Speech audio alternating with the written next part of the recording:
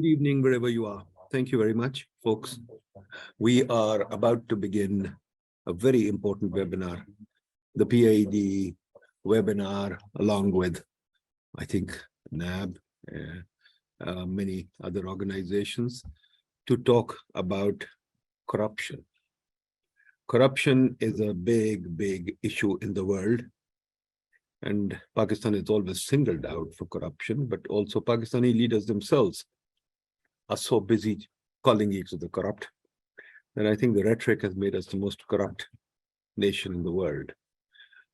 Quite frankly, I don't think we are as corrupt as as our leaders and our officials have made us. But nevertheless, I'd like to hear from you. We're going to talk about corruption and anti-corruption practices in Pakistan.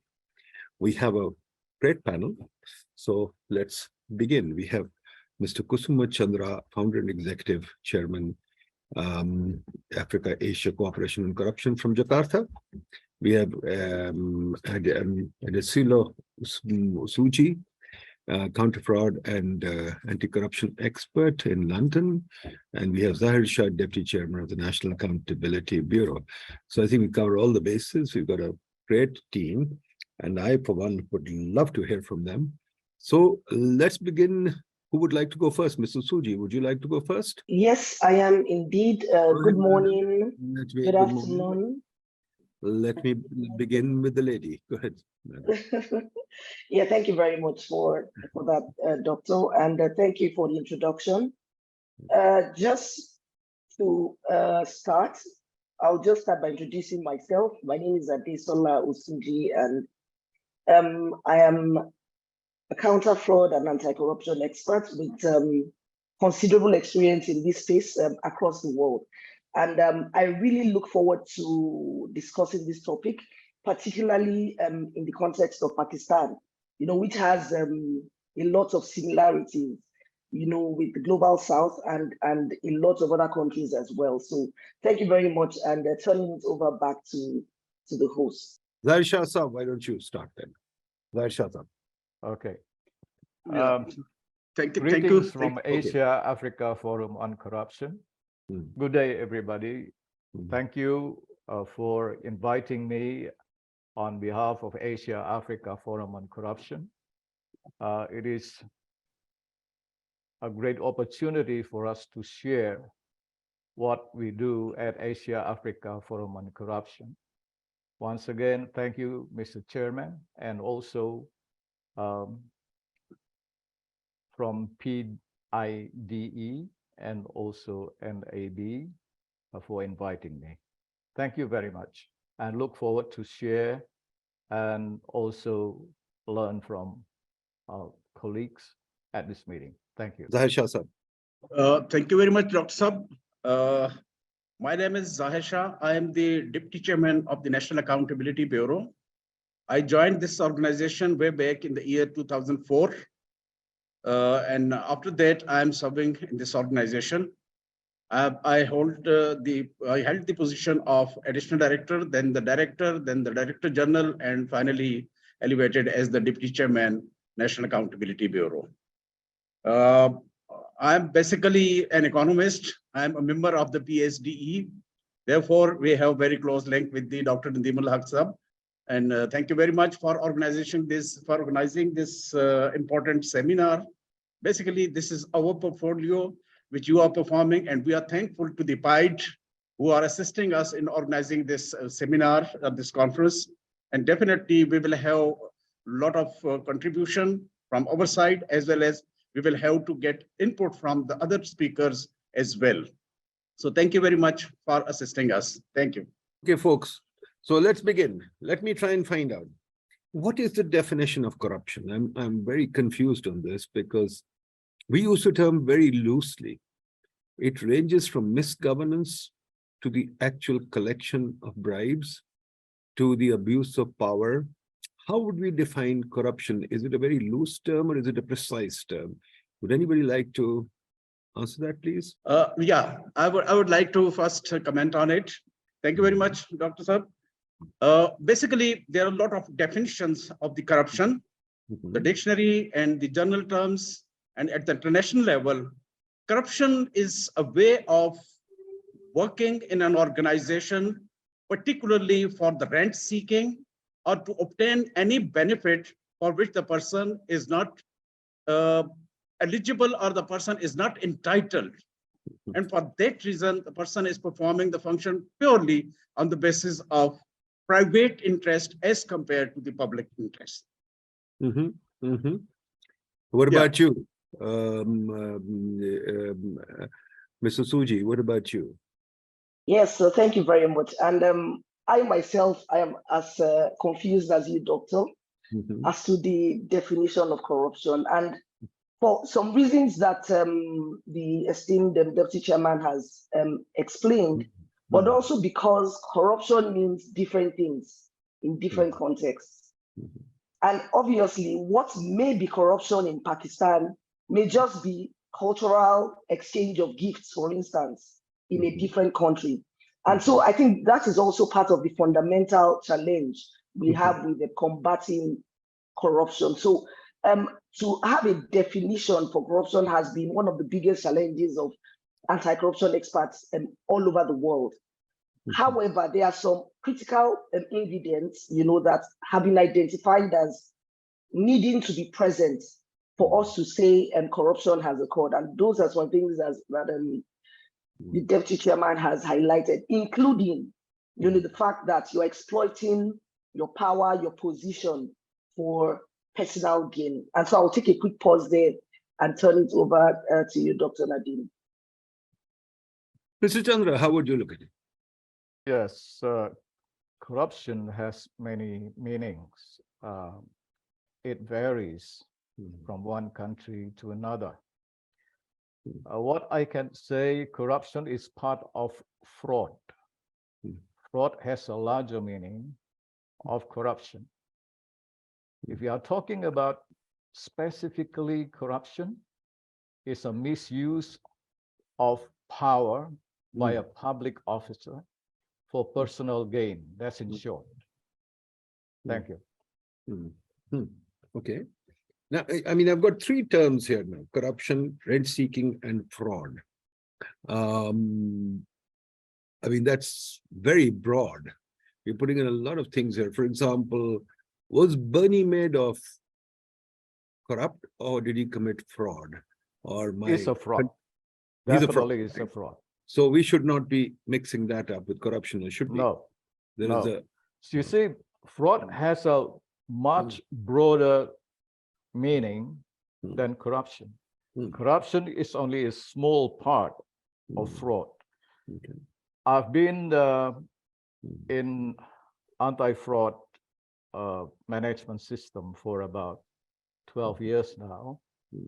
I made a research from 2009 to 2010, and then it was concluded as a holistic anti-fraud management system. And in March 2011, I was appointed by the Reserve Bank of Indonesia to design what we call anti-fraud management system for public bank in Indonesia. Now, it is compulsory for all public banks to have that management system, plus the certification or the personnel of the anti-fraud within the bank itself. That's all I can tell you right now, because it's a very, very broad subject. So all I can tell you that corruption is part of fraud. Fraud has a very broad meaning. Okay.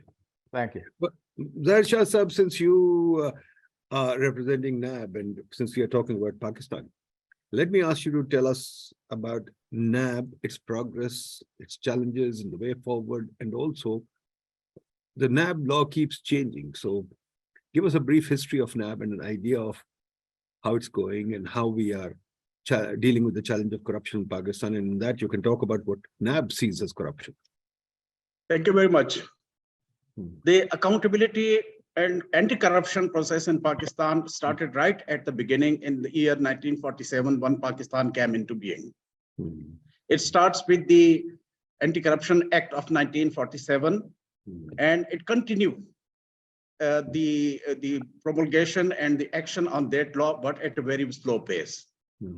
Subsequently, in 1960s, the anti-corruption establishments were started at the provincial level, and then in the 1970s, early 70s, the Federal Investigating Agency was established as anti-corruption body to deal with the corruption matters.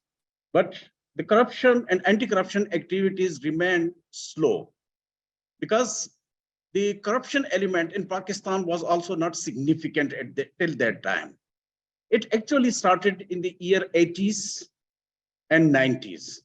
And finally, in the year 1999, the National Accountability Bureau was need of the time, and it was established with a lot of powers, with a lot of actions, and with a lot of capacity.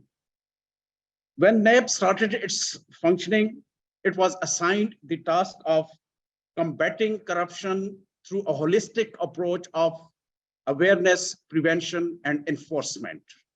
But at the beginning, the enforcement was given top priority, and a lot of people were arrested for doing corruption, where they were involved in corruption. And subsequently, the need for awareness and prevention was also realized.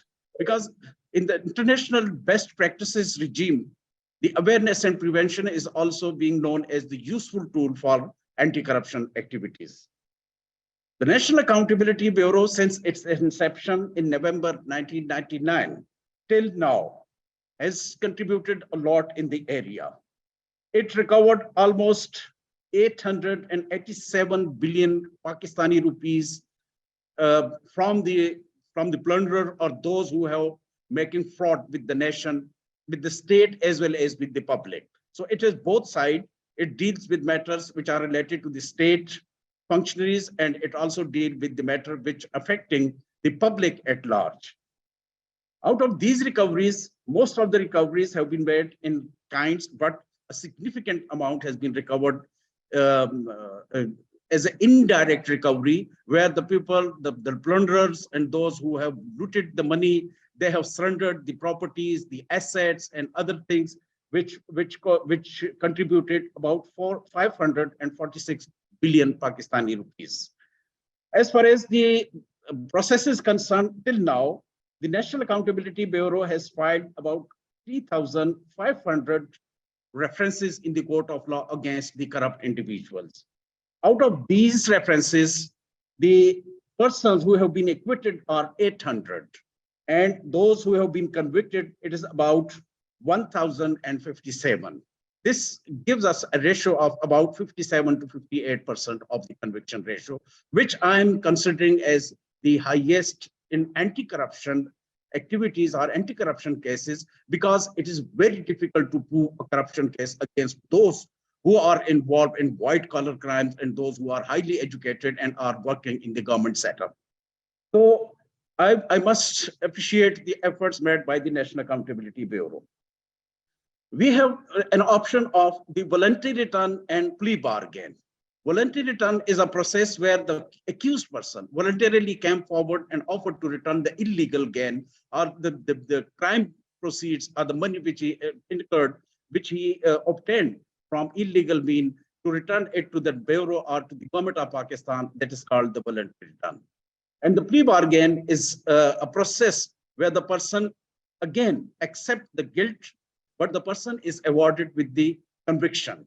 So the person becomes ineligible for holding any further the public office or to contest any election or to seek any loan from the regulated bank in Pakistan. So it carries the conviction, while the voluntary return is not carrying the conviction. However, the voluntary return person can be proceeded by the department for corrupt practices are involving in corruption. So it is up to the department to proceed against the person, but law says that the person is. And in the most recent changes, there is a change in the law that those who are entering into the voluntary return will also carry some sort of negative impact on their service or in their holding the public office. As far as the remaining amount, the cases are concerned, we have about 671 references, which are the court cases which are pending before various courts. The courts are specialized courts. These are called the accountability courts, which are located in various parts of the country. And these courts are dealing with the corruption matter only filed by the National Accountability Bureau. But subsequently, the accused persons, while tried by these courts, have the option to go for appeal in a normal process of the high courts of the provinces and the Supreme Court of Pakistan for seeking remedy against the order of the lower courts. So the courts are holding their position and they are answerable, and their decisions can be challenged before any of the high court or before the Supreme Court of Pakistan. The accountability process in Pakistan is primarily affecting from various factors. We have an important factor, that is the political will of the different governments, of the successive governments, which at different time is getting some importance, and at other time it becomes a loser. So the political will remain shaky, and it has not been clear till now. Then the other element is the rule of law, how the law is being implemented and how the law is being obeyed. This is also a question for the accountability process, which still need to be considered and which still needs to be emphasized for appropriate dealing of the cases of corruption and for punishment of the plunderers or those who are making fraud with the state. Then another important factor is the criminal justice system. The criminal justice system and the training of the judiciary, particularly in the white-collar crime, is remained a slow processes, and it also adversely affecting the cases which are filed against the corrupt individuals. Because there is no formal training for the lower judiciary who are dealing with the corruption cases, and they are simply transferred from the district and session judge to the accountability court. And when they are dealing with the civil cases, they are hardly understanding the real phenomena of the corruption cases, which are primarily linked with the white-collar crimes. And another important aspect in the accountability process is the ethical values of the holders of public office. This is a weak area because in the past, there was a system that those who were indulged in corruption, they were considered as the poorest persons of the country, and they were not being accepted by the society as a whole. But the system has changed with the change of time, and the corrupt people have become significant with the wealth, and they are capable to hold the position and to affect the system. And so the values, the ethical values are become weaker, which is the main cause, I am considering it, the main cause of increasing in the corruption level in Pakistan. But still, the anti-corruption activities by the National Accountability Bureau, being the apex anti-corruption body, is still going on. As far as the Dr. Saab has raised the question of amendments in the law. Yes, in the recent past, some amendments have been made in the law, which were to some extent need of the time, because there was hue and cry from the general public, from the officials, from the politicians, from the businessmen, from the persons who were dealing with the tax matter, that there are certain issues which are not to be dealt by the National Accountability Bureau. So the government realizes it, and they made some amendments in the previous year. And those amendments have both effects, positive as well as of negative, but it will take some time to understand the amendments made in the law. And definitely there might be some rethoughts from the government side that to make the amendments a relook, and then the system is to be decided in a way that the NAB should be a central authority under the United Nations Convention of Corruption. It should deal with corruption matters, the bribery and the fraud cases in appropriate manner, so that the level of corruption is to be reduced. And finally, I must consider that it is the media, the electronic media, the print media, and the social media, which is playing very important role in eradication of corruption, because they are pointing out towards the corrupt element, and the corrupt element are now finding it very difficult, very hard to conceal or to abate their faces from the public, and the public cries and whoos, And this thing, I think, I'm still considering that particularly the social media, where everyone has access to this media, they will have to play a very important role in eradication of corruption from the society. So thank you very much. Hello. Yeah. Hello. Yes, sir, you are audible, sir. Okay. Thank you very much. Thank you very much, Shah Sahab. That was a very good presentation. Very good presentation. Thank you.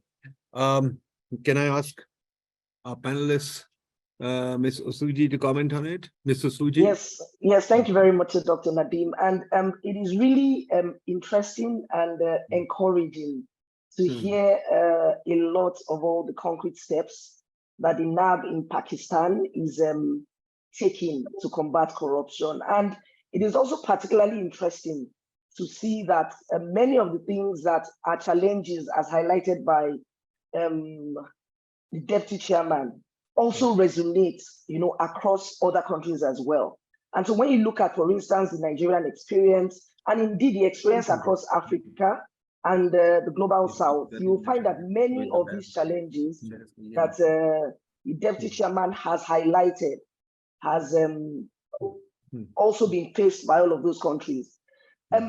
Something that also stood out for me from what the deputy chairman highlighted was the approach that the NAB is taking to combating corruption. Now, while the approach is not new, it is clear that the NAB is taking a customized approach, particularly because of the context that the NAB is facing.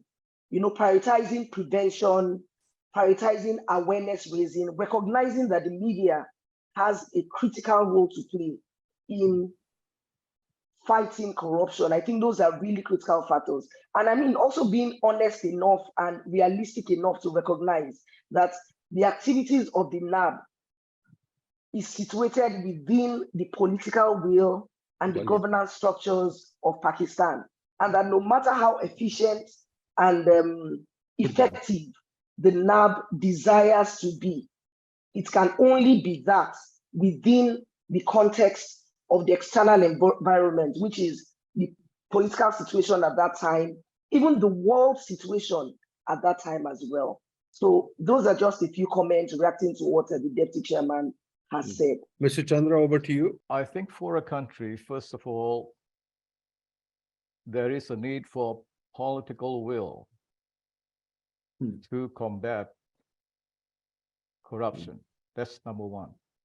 Number two, there should be independent agency, say NAB and AD, would really have 100% independency, and all the staff would be actually have fit and proper tests by a certain legislative assembly or nominated by the president.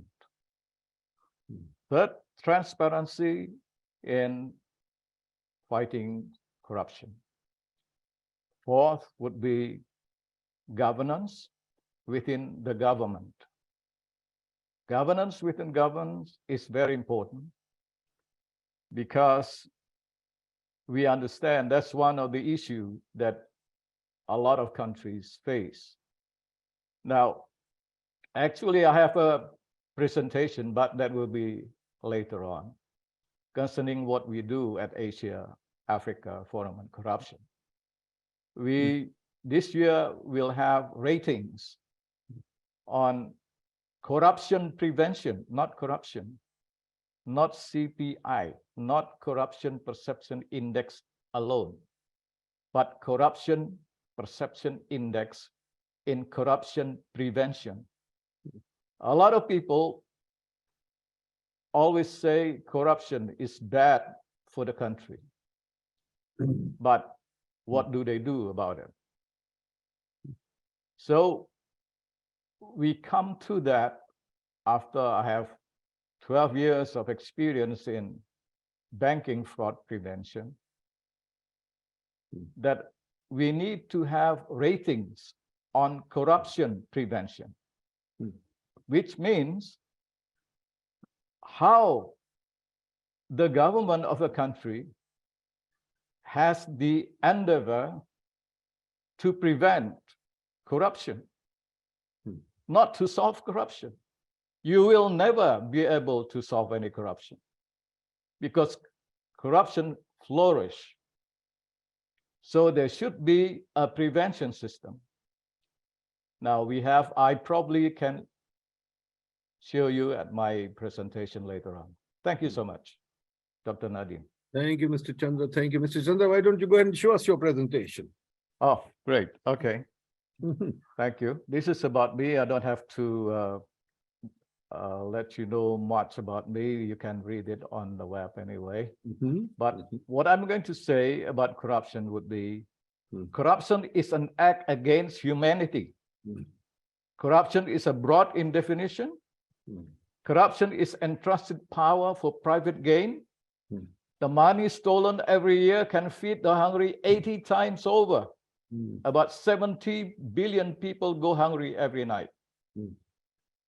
Corruption denies the right for food, and in some cases, the rights to life. In human rights terms, it denies the rights to justice for victims and equality. It weakens the governance, erodes public trust, and undermines the rule of law, the rights for fair trials, the right for due process of law. In the context of developing Asian countries and African, where corruption largely occurs, the measurement of corruption, which is called the yardstick to measure the corruption, varies from country to country.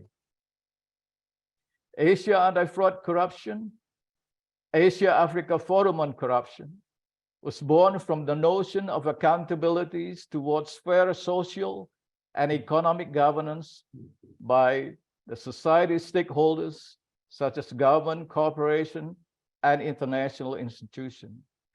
The idea and evidence of fairness is standard in its meaning and contextual in its practice. AFC, or Asia Africa Forum on Corruption, is multilateral agency forum from nations of Asia and Africa to promote transparency and capture corruption of different kinds from walks of life.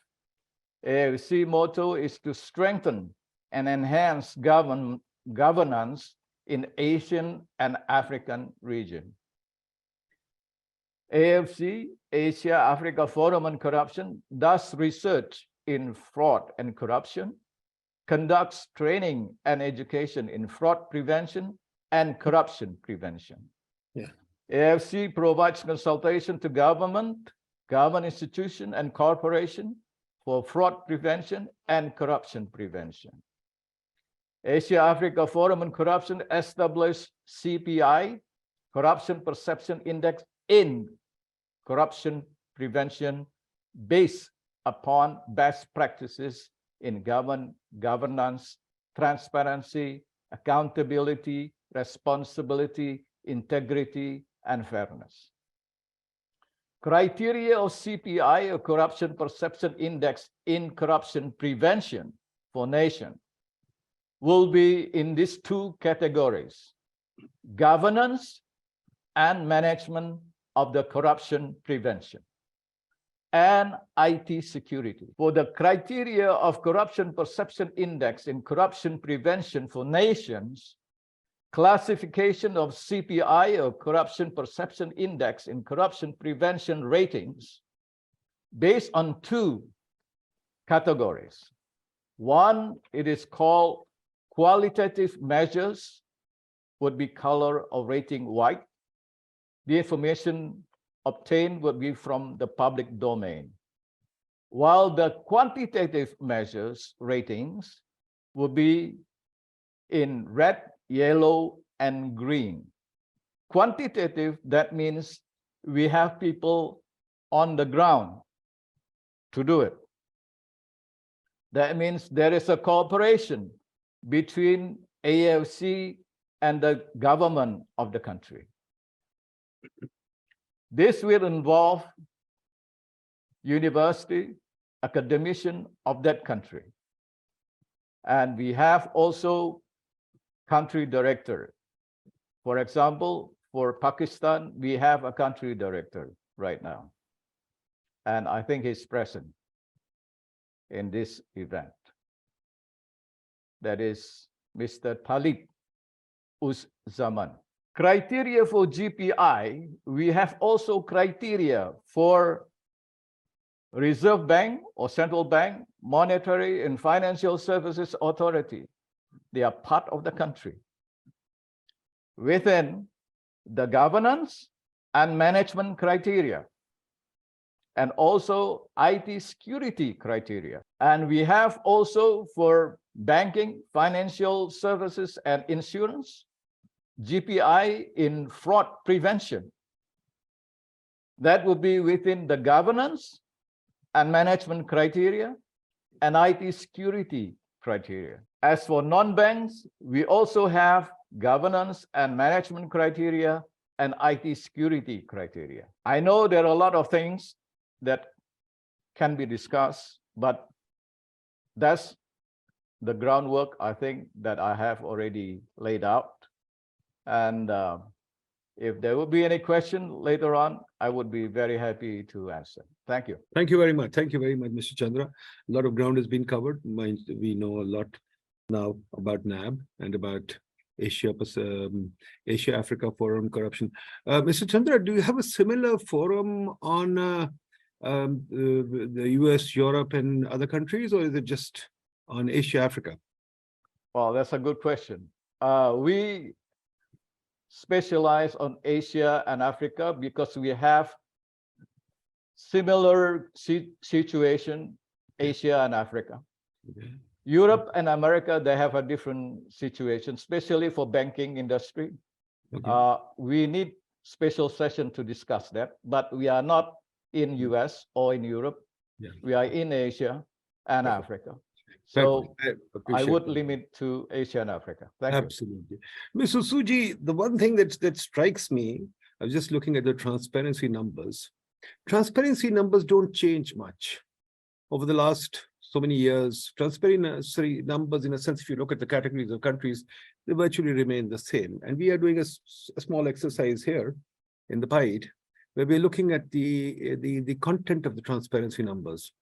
And two variables that leap out at us that are very important. The transparency numbers are basically measuring two things. One is the level of development. So obviously, the richer the country, the less corrupt it is. And the other is European. The greater the European origin, the less corrupt it is. How do you see that? Is the Transparency International telling us something about corruption, or is it? I mean, I don't know what it is, because if the index remains fairly static, and if it's showing that the richer countries are less corrupt and the poorer countries are more corrupt, and the white countries are less corrupt, the darker countries are more corrupt, how do you read that? Yeah, thank you very much, Dr. Nadeem. And I think that's a really interesting question. Going off of the question you just asked the esteemed panelist, Mr. Kusuma Chandra. And I agree with you completely that it appears like the transparency index numbers don't change much over the years. And I'm happy to hear that the PIDE is really doing a deep dive into that.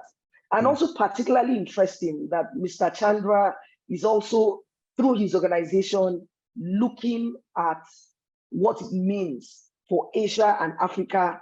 That tells a similar story. And if you look the world over, there seems to be a shift in focusing on the African story, the Asian story.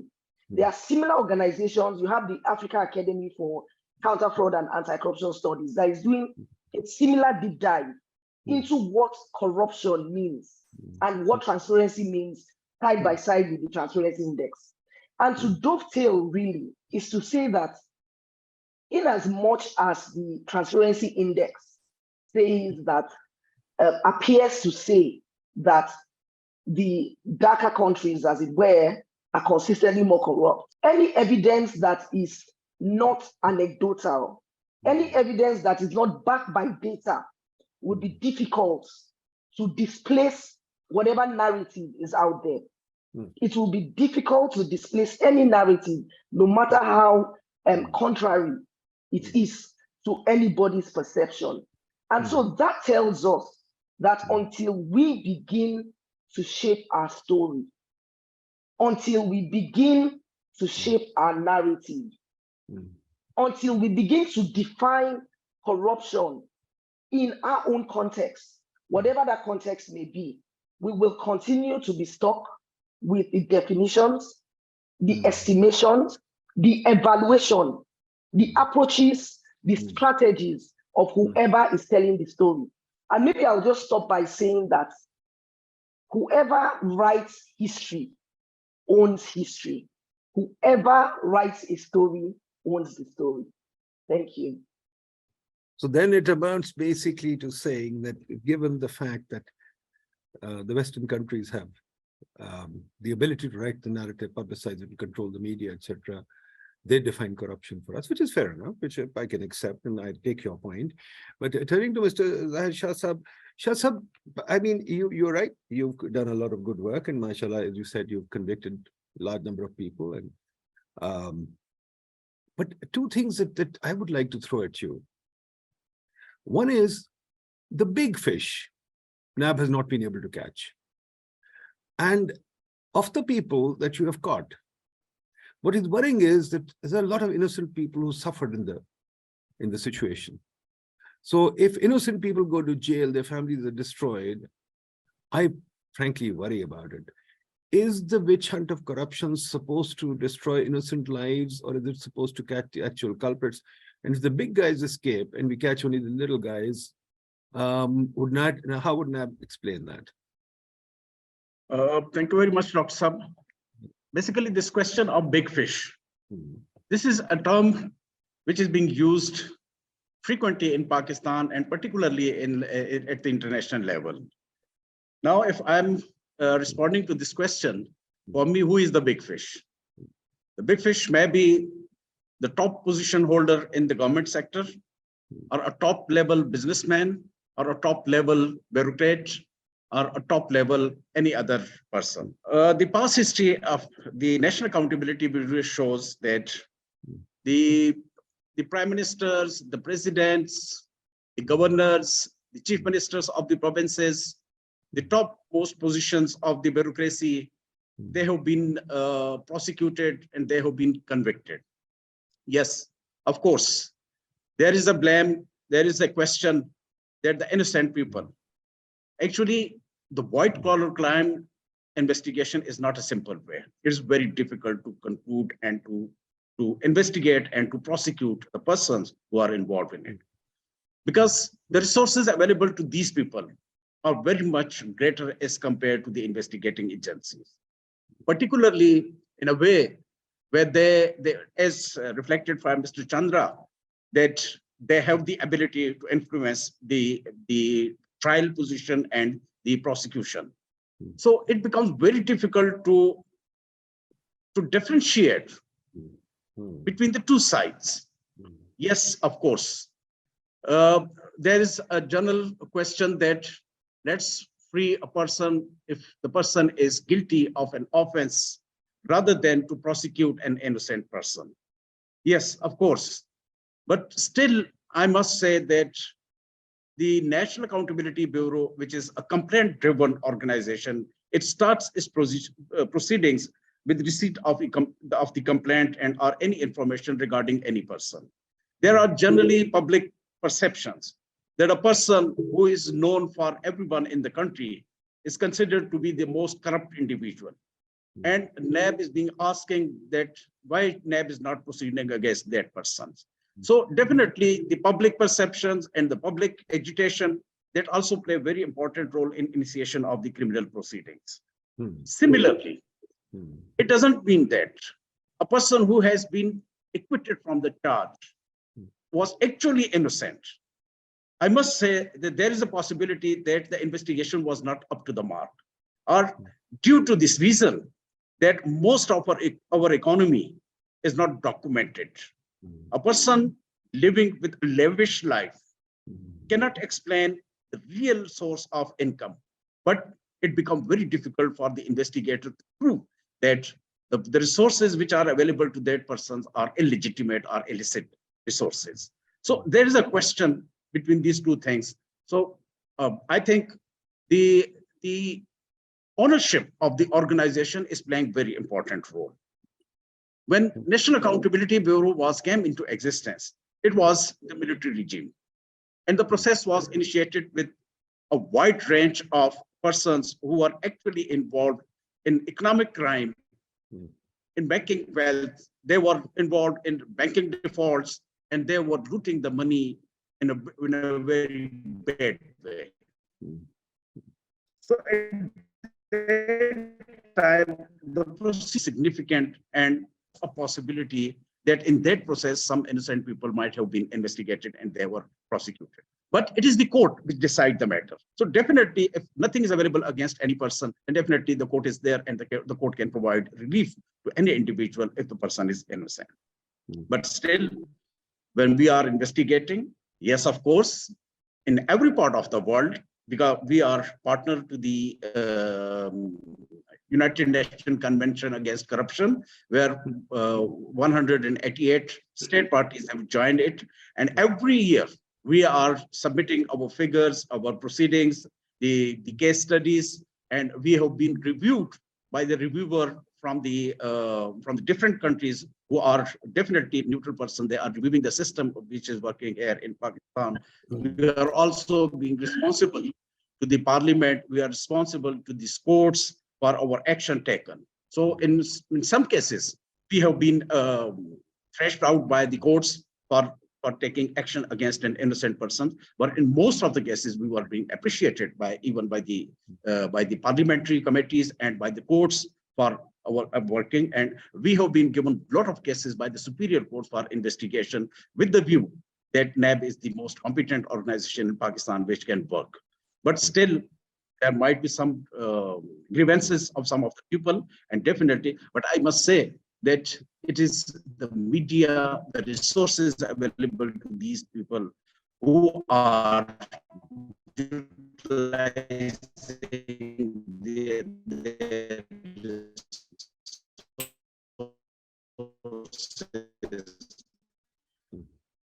a state organization. Yes, when you were asking the question that it is the capacity issue, the training, and to deal with the matters which are falling in the category of illicit enrichment and corruption and corrupt practices. So the corruption and corrupt practices and dealing with such matters is not an easy task. It is very difficult, particularly in an economy where the direct and indirect economic costs of corruption are badly affecting the state. So these direct and indirect economic costs must be considered in mind, and the public perception should also be given importance. So I think, yes, both things are there, positive, negative, and some good contribution and some bad actions are still there. And it always there for every country. Thank you. Shah, it worries me a little bit. It worries me a little bit that the presumption is against the Enlightenment concept of innocent until proven guilty. And in the US Constitution, there's also the 5th Amendment that I will not testify against me. But here in Pakistan, we have this thing, as you said, that if your lifestyle appears, emphasis on the word appears, to be beyond your means, we will haul you in and you have to prove that you're innocent. I think that, in a sense, goes against the whole economic policy that we are trying to craft. We are trying to craft a policy where people will get richer and richer, and if they get richer and richer, the country will get richer and richer, and the poor will have more opportunities. But if NAB comes along and says, hey, your lifestyle is to be questioned, and as you saw in the early days of the Imran government, the bureaucrats were so scared, they even stopped taking any decisions. Now, both you and Mr. Chandra have mentioned that there are international agencies, lots of people talking about corruption, Transparency International, and lots of other groups, but yet we haven't sharpened the definition of corruption, and we are going all out to, in a sense, challenge the accumulation of wealth, which people have developed probably through legitimate means. I have no reason to assume that everybody who's rich is corrupt. Is that the assumption we go with, Mr. Chandra? Is any rich person basically corrupt? Or do we think that people can make money? I mean, put it crudely, Is Bill Gates and Elon Musk basically corrupt? Well, no. The answer is straight no. Should we investigate We them? have to know where the source of wealth come from. Not because somebody is wealthy, probably because he got some other businesses, then we say he's corrupt. That's not right. We have to go by facts and data. So you cannot accuse people. You have to have data. Thank you. But in Pakistan, what we do is we tell people, hey, you are rich. Prove where you got your money from. Zahir Shah Sahab, is that correct? There are two ways of making corruption or making a person wealthy or to collect the government. One is to make money through corruption, and the other way is to make money through evasion of taxes or any illegal means, which may not be covered under the anti-corruption law.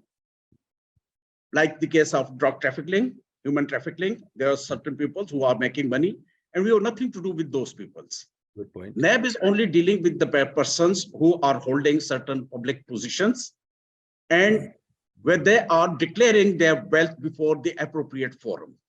If a person is declaring, being a politician, declaring the wealth before the Election Commission of Pakistan, where the total worth is, let's say, 50 million. But when we investigate the matter, we found that it is 5 billion. So it means that the person is not benefiting the country. You are saying that the richer person can contribute and he can invest that money in the economy. No, sir. My experience is that the corrupt individuals, those who have illegitimate resources, they are not investing a single money. Rather, they are creating a sense of demonstration effect for others. If in a particular office or in organization, a person is corrupt, if he's making corruption, he is living a lavish life, he is utilizing the most expensive items, his colleagues will also be attracted towards that function. So this is the international practice, and this is the result of the international community when they were investigating such like cases, and when they're sharing their case studies with us at the Vienna or at the UNODC level or during the proceedings of the UNCAC.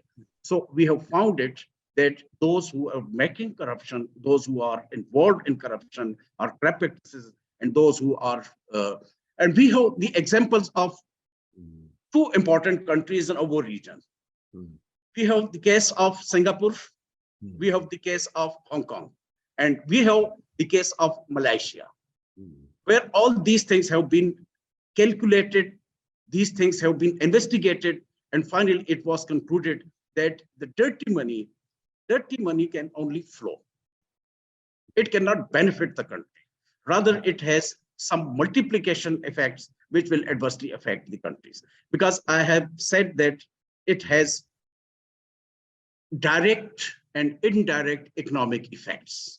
So the direct effects are there where the money has been extracted from the system, and the indirect effect is that it encourages the other people to go for the same way and to become rich in this way. Thank you. Okay. Great, thank you. Let me take a question from the floor and then I'll come to the panelists. I see your hands up. Faisal Anwar Saab, go ahead. Faisal Anwar, unmute yourself. Yes, yes. Introduce yourself and ask your question. Basically, the question. Faisal, what have you got done to your mic? Go ahead. I think Faisal is gone. Amanullah Saab, quickly. Then I'll go to the panelist. Thank you very much, sir. Basically, I have done my work on corruption in MPhil and PhD. I have a very simple question with the, colleagues from international organizations. We have so many, like there are numerous agencies that exist to fight corruption in Pakistan, and like anti-corruption departments at the provincial or subnational level. Then we have National Accountability Bureau. Then we have Federal Investigation Agency, Office of the Auditor General. Then we have Office of Ombudsman in Pakistan, then accountability courts, then civil courts. Everyone is, jumping and fighting for the corruption. So how do you propose, like, is it possible with so many institutional arrangements, we will be able to do something better, because our ranking has not been improved in corruption for so long. And Dr. Nadeem, like, he has highlighted about, corruption perception index. I have a very serious observation about these indices. But still, do you think that such kind of institutional framework to fight corruption in a developing country like Pakistan, who is already, resource scarce, so is it possible to curb the corruption? Got your question. Got your Yeah. question. Let's go to Mr. Chandra. Mr. Chandra, go ahead. Yes, thank you, Dr. Nadeem. First of all, the most important thing, I think, would be the government governance. We talk about the wealth of individuals in a country. We talk about the tax evasion. Now, the question is, how do we actually control taxes? How do we make regulation on taxes? And this is a big issue. That also will link to the banking system. In US, we have what we call Social Security number. Now, do we have that Social Security number?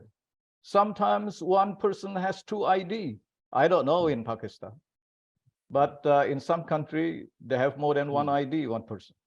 Secondly, the government official, they do not report their wealth before they get the post.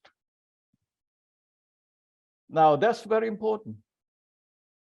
It's important to report wealth of government officials before they sit for a new post. And then there is a certain body which can actually review the wealth after a few years. So I think, in short, government governance is a big issue here. So if we are talking about corruption, a lot of people think only about crime. It's not only crime. It's about management. It's about governance. Is our governance good enough? That need to be improved. That's why we are at the Asia-Africa Forum on Corruption. To work together with different countries, with the local academician and university to help us, to help you,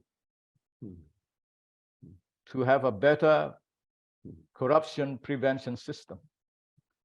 If we are talking about corruption, it will never end.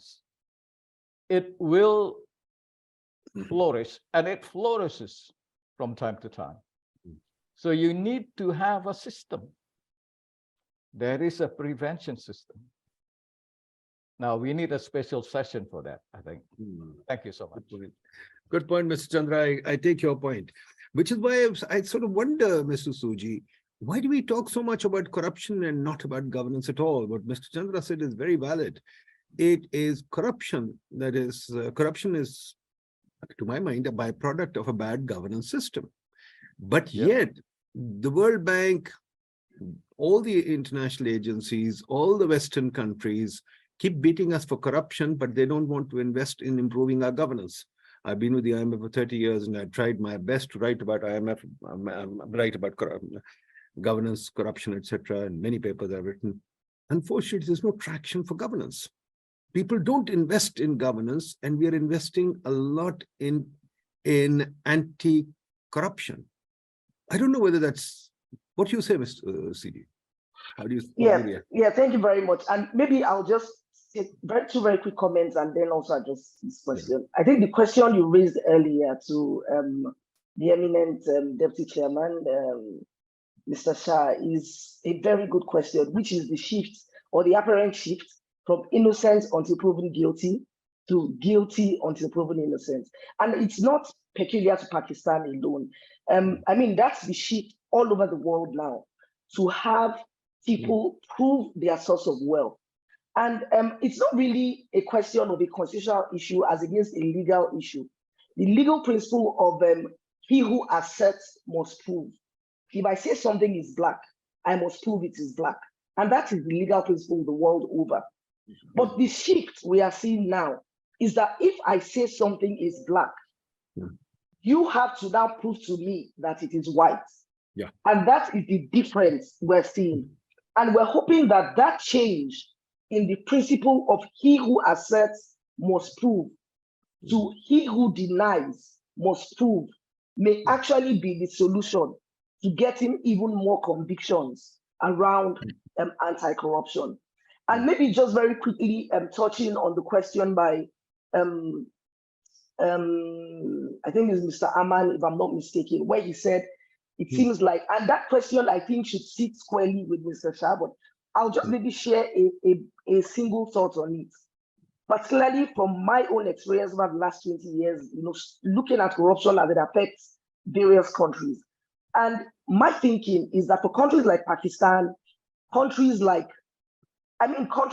the lower parts of the various indexes all over the world, I am not sure we can have enough institutions to fight corruption. There can never be enough institutions. However, because if you look at the sheer volume of losses that countries face, 25% of all public spending is lost to corruption, 25%. So the institutions cannot be enough. However, I think there's more that needs to be done around aggregating the efforts, taking away duplication, leveraging off of successes, off of lessons learned. I think that is where we're missing it.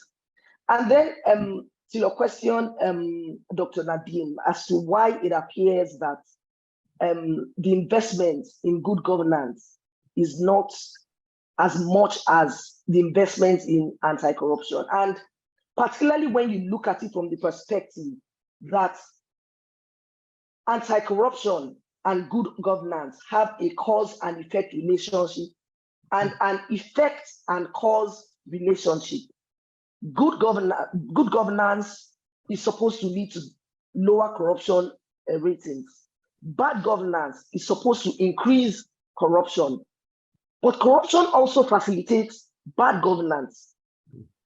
And so the question is, as an investor, particularly when you look at aid, support as a way, aid as investments, investors always go towards where they get the most return on investments. They gravitate towards where they will get the highest return on investment. And this speaks to the economics of aid or investment, as it were. And so in my own thinking, I'm of the view that the reason why it appears that investment is not moving towards good governance is because there is little or no incentive to the investors to invest in facilitating good governance for many reasons, which we may not go into. But one of the obvious reasons is that anti-corruption is a topical issue that sells and is attractive. Anti-corruption is a topical issue that sells and is attractive. And that's why sometimes you find investment going into that direction. But I wouldn't want to also go into the political side of it as well, because there's also the political side of investments in good governance versus anti-corruption. So let me just take a quick pause here and turn it over to you. Thank you. Thank you very much. I have a number of thoughts here. I think we could go on all night. There's a lot of stuff that needs to be discussed here. What you said was very important. That I remember about 15 years ago, I called up anti-corruption once, maybe more, 20 years ago, when I was working on corruption in the fund. And I asked them, you measure all these things, so where is the corruption perception index for the donor agencies?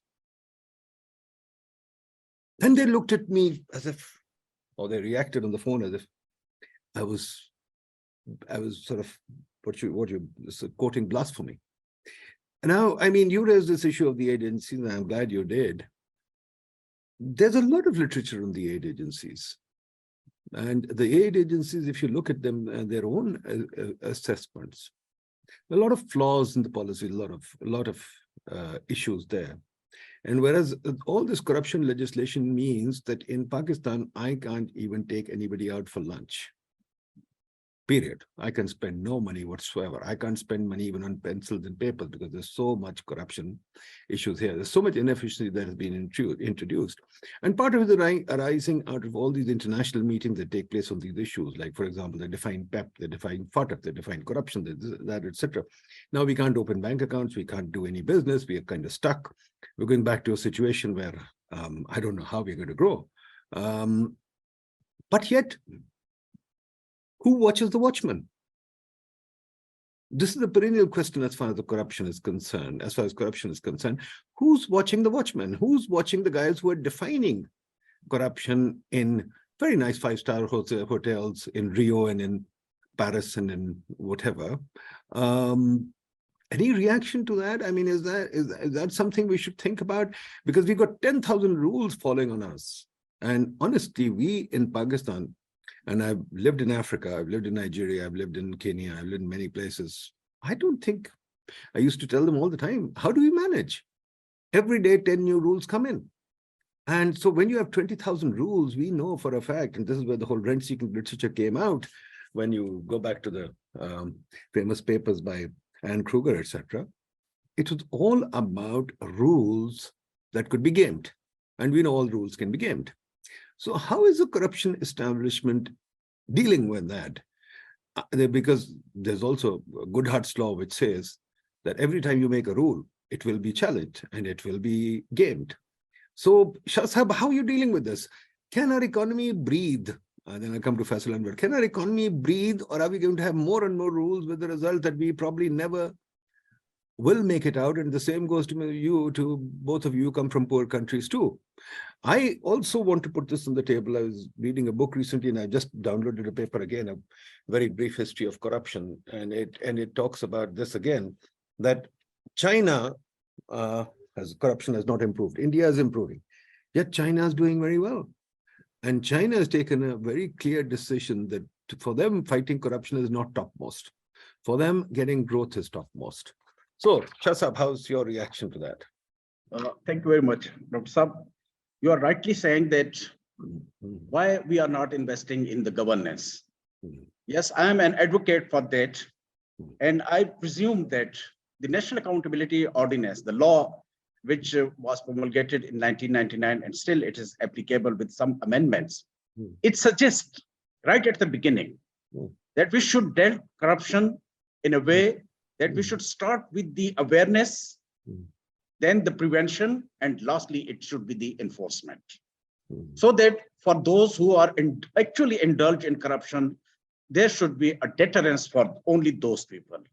But how the persons are now being indulging, they should simply be stopped right at the beginning by awareness. The society should be aware of the negative impacts of the corruption. The youths, the peoples, the civil society, the government functionaries, the politicians, everyone must be aware of the disastrous effects of corruption. So if it is applicable and if it is applied right at the beginning, I think there will be no need of any enforcement at a later stage. The second stage is prevention. That before happening of the corruption, we should stop it. And why the prevention activities are required? Because there are certain loopholes in the rules, in the laws, and in the actions to be taken by the holder of public office. I must say that these are the unprecedented powers which are given to the public officials in a way that they should perform their function in a better way. These powers are required to be checked, and as you rightly said, that there is a requirement that who should monitor all such things. So it is the concerned ministry, the concerned organization, and the topmost officials of that organization who should monitor the action taken by the individual. And I must say that there are a lot of discretions which are available to the public functionaries. If they want to work, they will only work for the rent seeking, for their personal or private benefit. And if they are following the true principle of with the integrity, with the rule of law, they will have to prefer the public interest first. So if they are better citizen, if they are better persons, if they are better holder of public office, they will prefer the public interest rather than the private interest. So there is a trade-off between the two things. You will have to go for the private interest, or you will have to rely on the public interest. Right in the beginning, when the civil bureaucracy, they were known for their integrity. They were known for their betterment. They were known for their capabilities. They were known for their better performance. But with the passage of time, is the rent seeking and the private interest is now dominating. They are indulged in a way that they have lost their integrity, they have lost their repute, and they have destroyed the system. So if you want to go for a betterment, for improvement in your economy, your social values, your social life, your social sector, you will have to rely on the good governance rather than to go for anti-corruption activities. So I think the good governance should be the first priority, but for good governance, you need, number one, political will, number two, rule of law, number three, your criminal justice system, and your positive media, which is dealing with this matter. So unless these all factors are involved in the process, it may not be possible. And that is why we are going for enforcement. We are going for anti-corruption activities, and we are going for apprehending the accused persons who are misusing their authority and who are even defrauding the public in the market and in the localities in different names, with the investments and with the housing schemes, with different attractive schemes are being announced. And I must say that the media is equally responsible for such thing, because these plunderers, these fraudsters, they are using the source of media for asking or attracting the general public, the innocent public, for investing their hard-earned money in such schemes. And after that, they defrauded the public and fled away. Thank you. I take what you're saying, but let me raise this with you now. I think it's very important to raise this too. Going back to the definition of corruption, and you raised the issue that there's rent seeking, and Mr. Chandra said it's fraud and etc. You also raised the issue of both of you, all of you, in fact, that it's abuse of power, and it's doing things that are antithetical to society. Let me ask you a simple question. In the US, the gun lobby is very strong.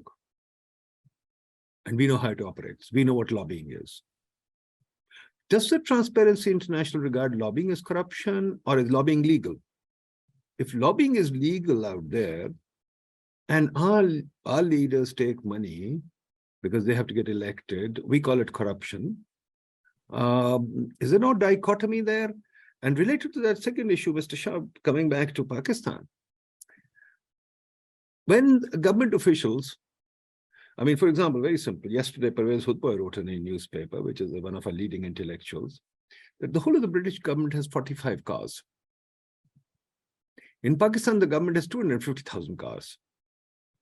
And those cars are given to officials for private use, and we all see them. We see them all.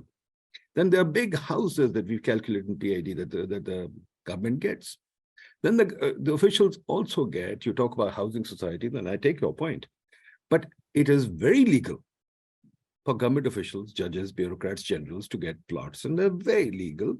It's a gift from the public exchequer. It's public land. We gift the public land to those guys, and this is very legal. It's not corrupt at all. So I kind of lose myself here. Lobbying is not corruption. Consulting is not corruption. For example, in the international agencies, I've been in the international agencies for a long time, and I know how we hired consultants, and I know what happened. And also in Pakistan, Mr. Shah, let me tell you, I have a very difficult time hiring people, because according to the government rules and the little salary that I give them, I can't hire good people. So who hires them? The lenders, the donors hire them. So those guys work for the World Bank, the Asian Development Bank, and the Africa-Asia corruption thing.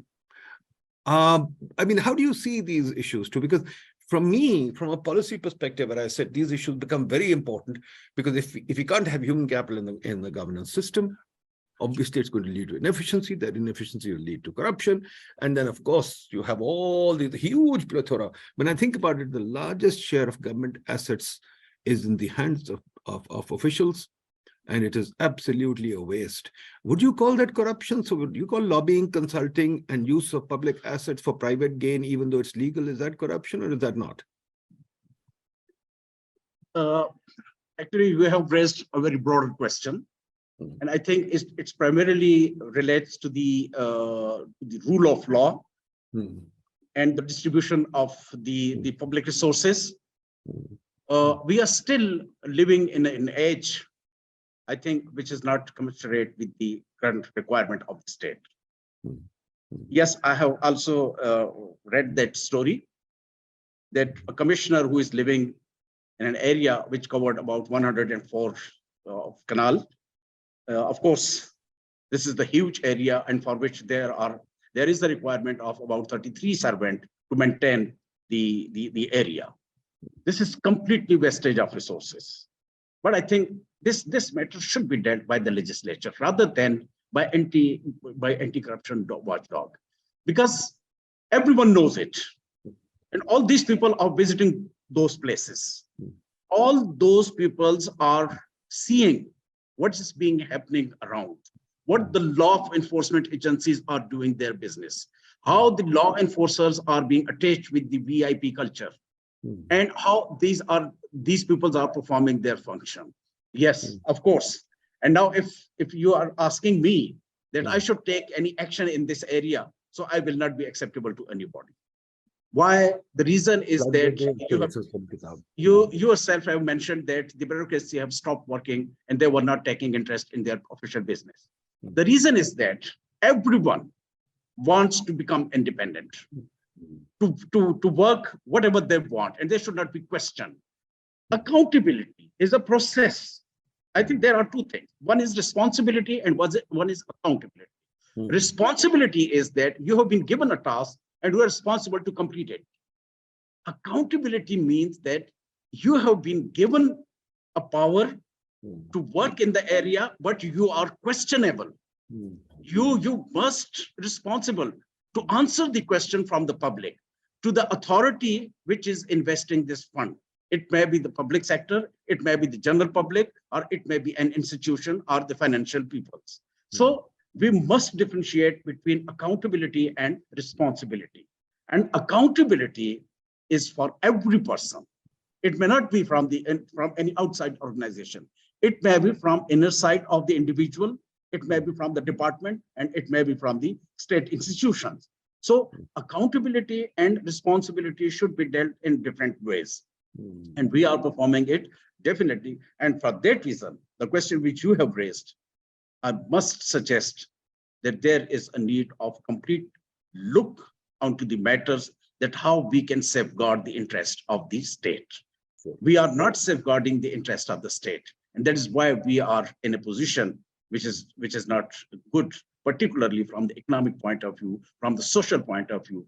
Lot of criminals are committed crime because of the injustices and because of the distribution of wealth in a way that it's sponsored only those who are capable to make more and more wealth, and those who are unable to make the wealth, they are facing the consequences.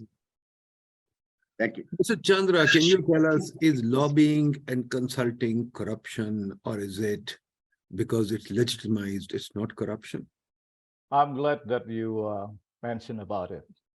I would like to show you the video made by AFC when Daisuke Kotegawa, a Japanese, he was the Minister of Finance of Japan and was the IMF director for Japan.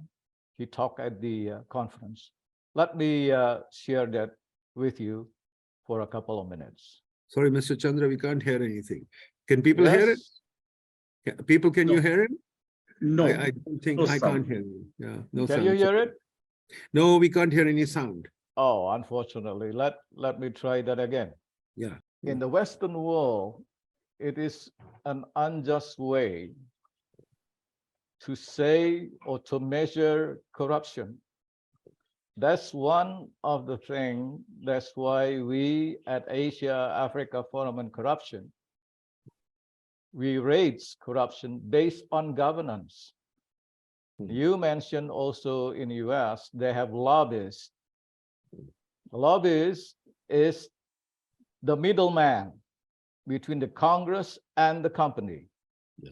And all big companies flow the money through the big law firm in US as the lobbyists to the government. That's one thing. That's in US. In the world, what happened?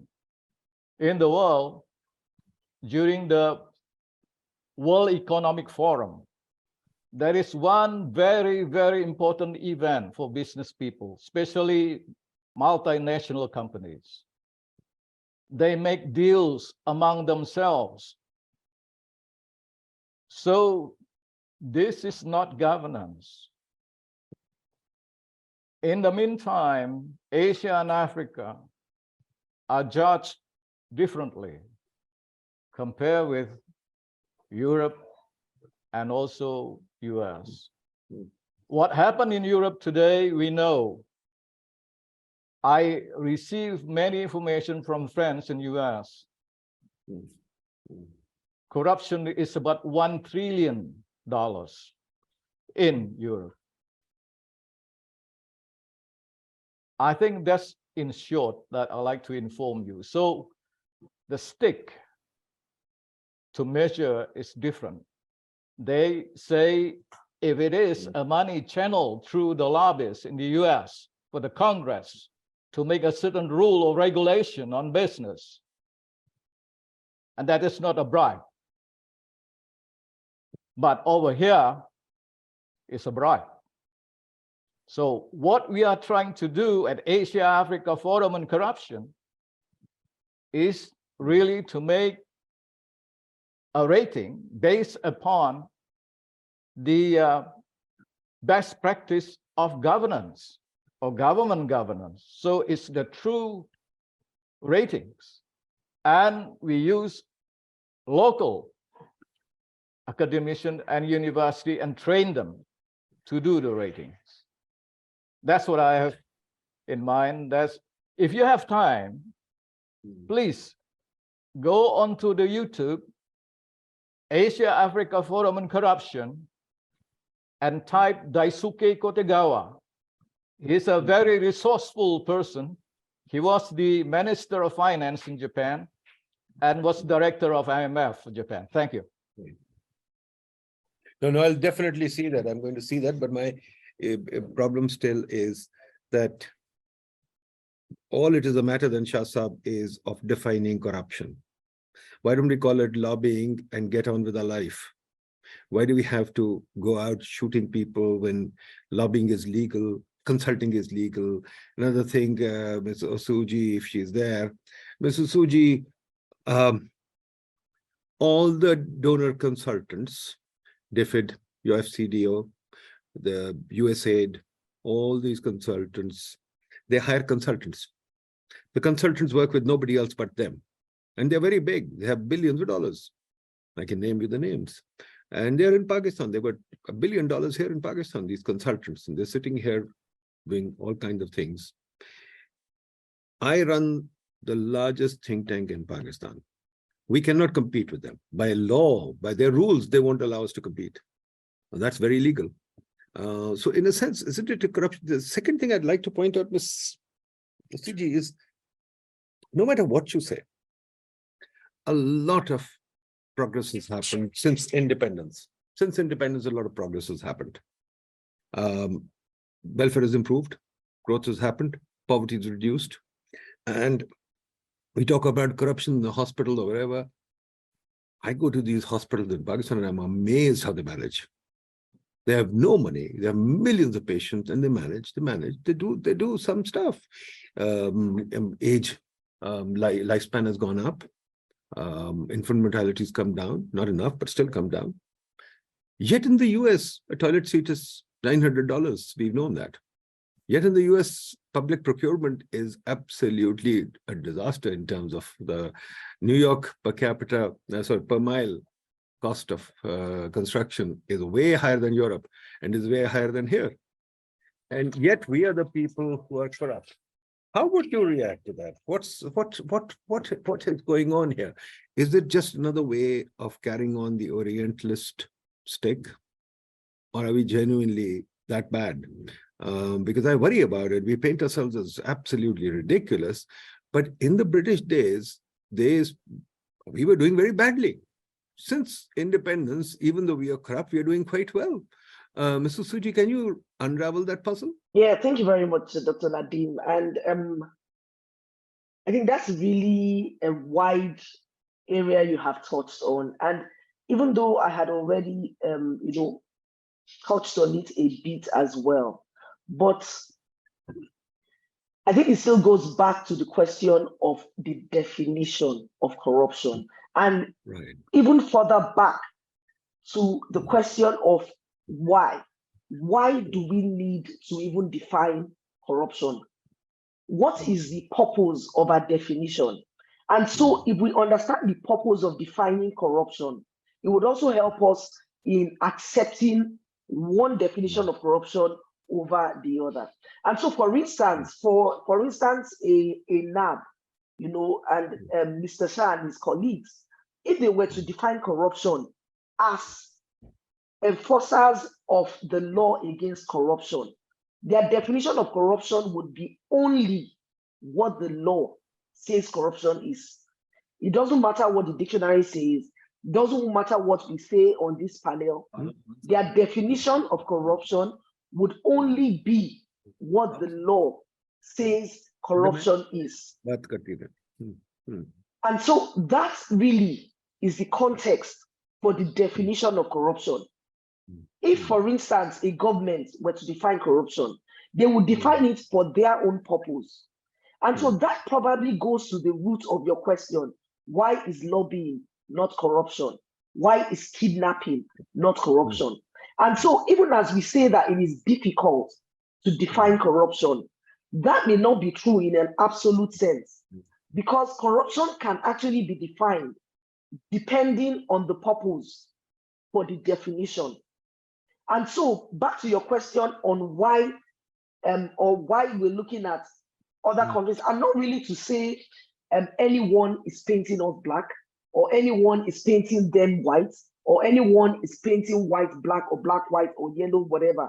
Not to say that, but really to say that for the purpose of any conversation, we need to understand first what corruption means to us. We shouldn't, I think, and this is my own opinion, worry too much about what other people are saying. When I say other people now, I'm saying people outside of our own context. So for instance, Pakistan, we should worry more, even though we are not living in isolation, we should worry more about our own cultural acceptance of corruption than what other people are saying about our own perception of corruption. That is when we will now be able to start to shape our narrative. If somebody says a country is corrupt, is there anything that that country is saying or doing to change that narrative? So for me, beyond the question of who says who is what, is the question of what are we saying about ourselves and how are we saying it? We need to begin to own our narrative, shape the narrative, sponsor research, be deliberate and intentional about it. It is a market, it is advertising. Mr. Shah has been talking about the media. It is the media. The more we continue to say, oh, the whole place is corrupt, that is the narrative that will continue to be pushed. But beyond saying that the whole place is corrupt or not corrupt, what are we doing intentionally? What are we doing intentionally, and how are we getting our own message out there? I think those for me are, I mean, you cannot blame anybody for pushing their own narrative, but I think we need to ask ourselves, what are we saying about our fight against corruption. Fascinating, fascinating. Thank you, Mr. Suji. The problem is, Mr. Suji, that our narrative is that every evening we have 3 hours of our leaders, all of them, yelling that the other person is corrupt. And this is what the narrative is done. The narrative is done. We've all read about the economic hitman, but I think the hitman, or the narrative of the hitman is really that he's made us all feel that we are totally corrupt. And unfortunately, we don't want to clarify this definition at all. We think that everybody is corrupt. This thing about collecting asset information, I don't see why we should collect asset information. I mean, for God's sakes, don't we trust anybody? So what we've done is essentially we are doing a big study on this. We are looking at the level of trust in our society, which has sunk to absolute zero. In fact, negative. Nobody trusts anybody here, thanks to this whole corruption narrative. Our society is broken down altogether.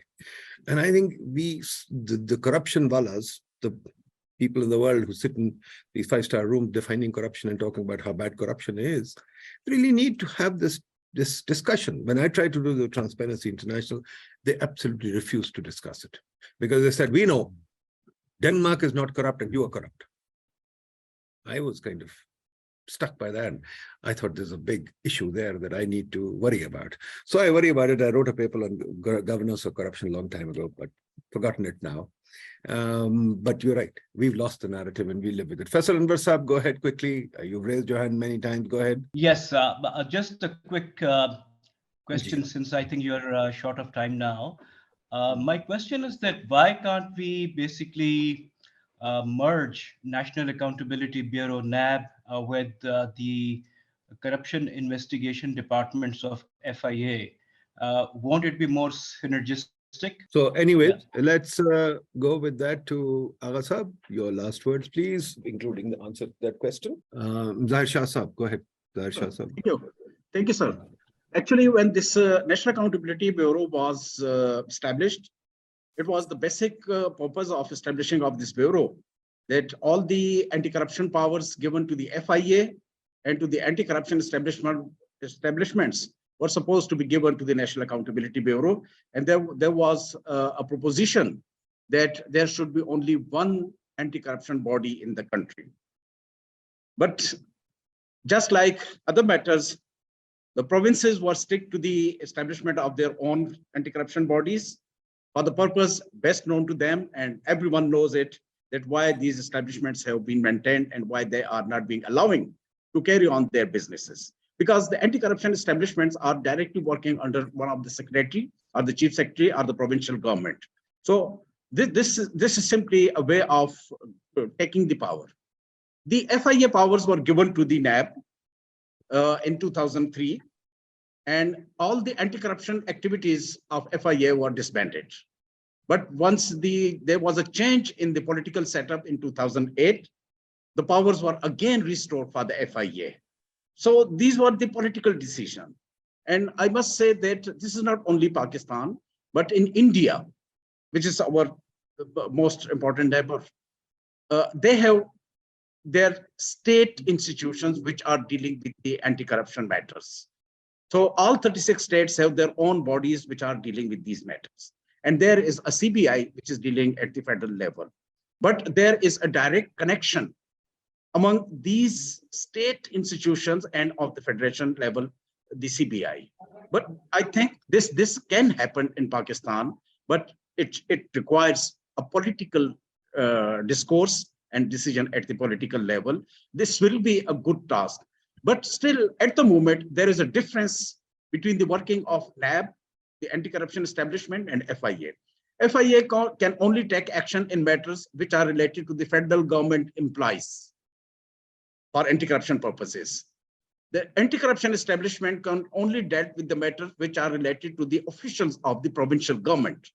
So both have no powers to take action against the individuals who are working in the provinces, but they are the federal government employees. Anti-corruption has no power.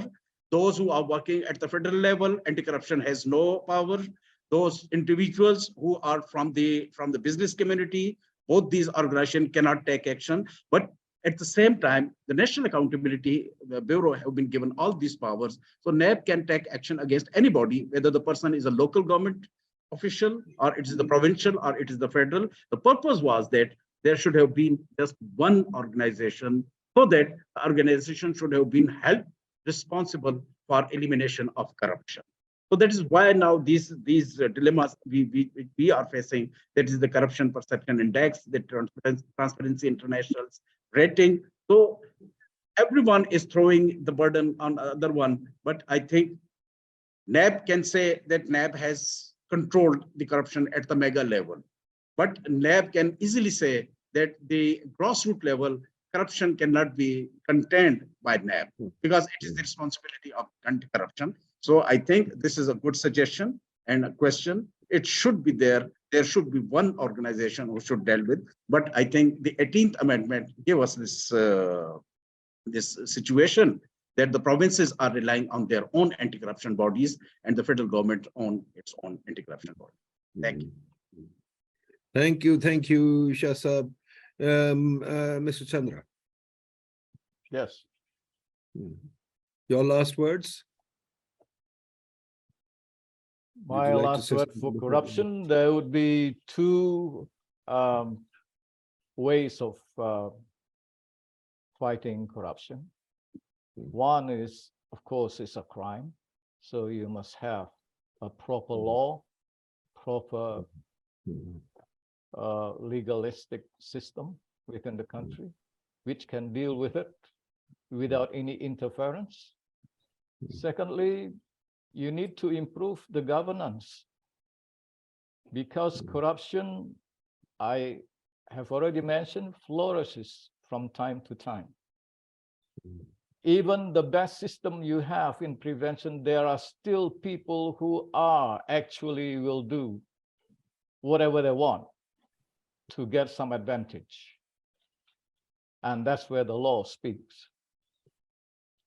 But without prevention, nothing can be improved.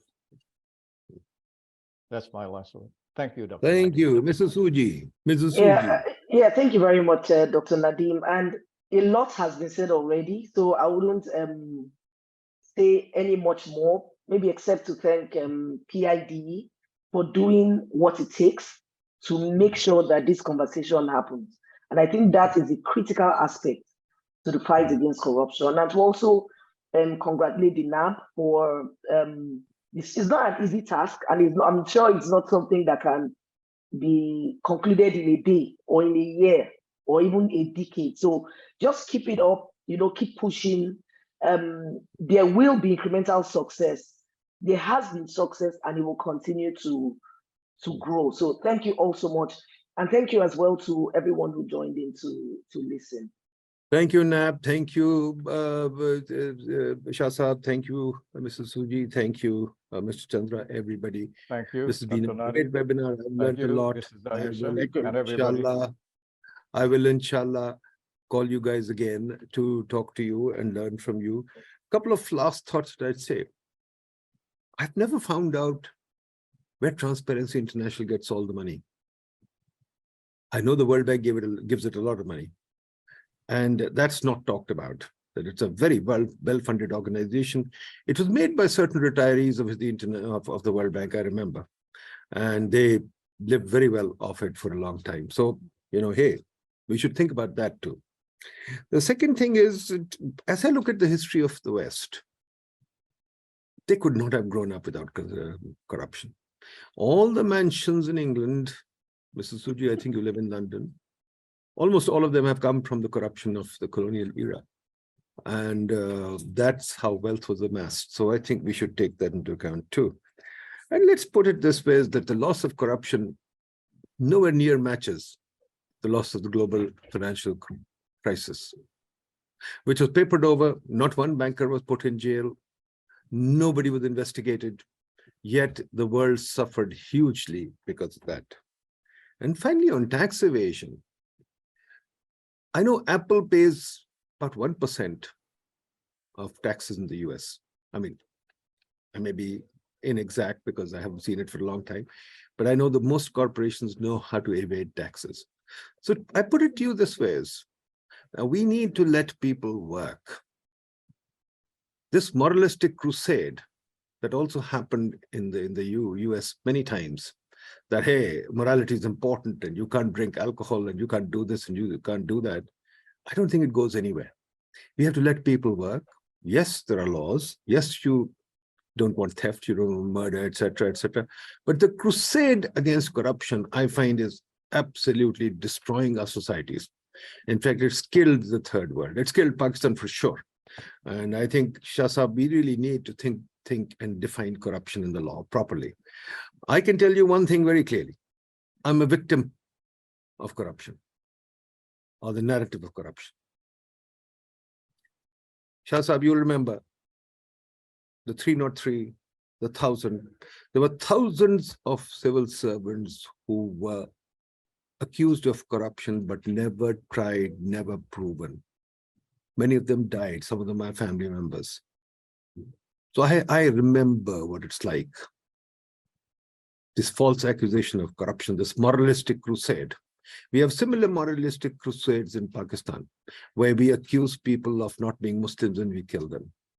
Is that the kind of world we want? Or do we want a world where we trust each other, we work with each other, and we recognize, yes, there is theft, there are some things, but in each case, what I found is the law has to be exact. And in corruption, what I've seen is the moralistic crusade of the international bureaucrat has made it a crusade without a definition.